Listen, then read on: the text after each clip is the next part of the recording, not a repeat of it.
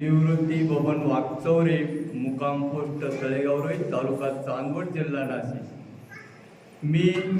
मला तरी वाटतं 16-17 साली बाप्पा तळेगावला हार्डवेअरच्या उद्घाटनाला आले होते, बरोबर।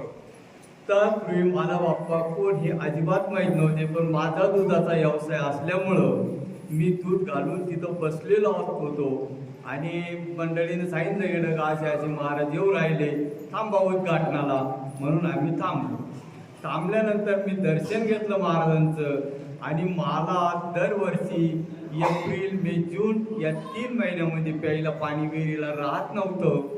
मी दर्शन घेताना बाप्पाला सांगितलं का मला इथून जाऊन 1 टिपडं पाणी गाडी ओढून आणायचंय आणि देव बाप्पा हा प्रश्न माझा सुटू द्या, असं म्हणून मी दर्शन घेतलं।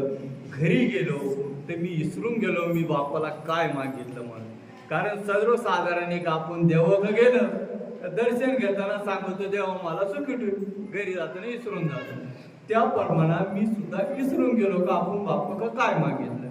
म्हणून मी घरी गेल्यानंतर घरचे मंडळी म्हणायला टाइम केला, उशीर झाला, दोरायला पाणी नाही, लवकर पाणी आणा।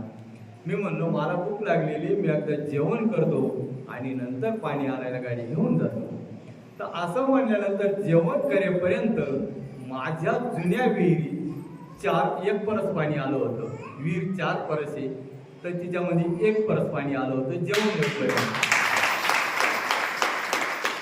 त्या वर्षी दसऱ्याला आमच्या नाशिक जिल्ह्यामध्ये पाऊस नव्हता, दसरापर्यंत पाऊस नव्हता, दसऱ्यापर्यंत पाणी नव्हतं उतरे आणि मला जेवण करेपर्यंत 1 परस पाणी आलं होतं। तर ते आज मला तरी वाटतं 8 वर्षे झाले, तर अजून मी दुसऱ्याच्या एरिओ पाण्याला गेलो नाही, स्वतःच्या एरिओ पाणी घेतो।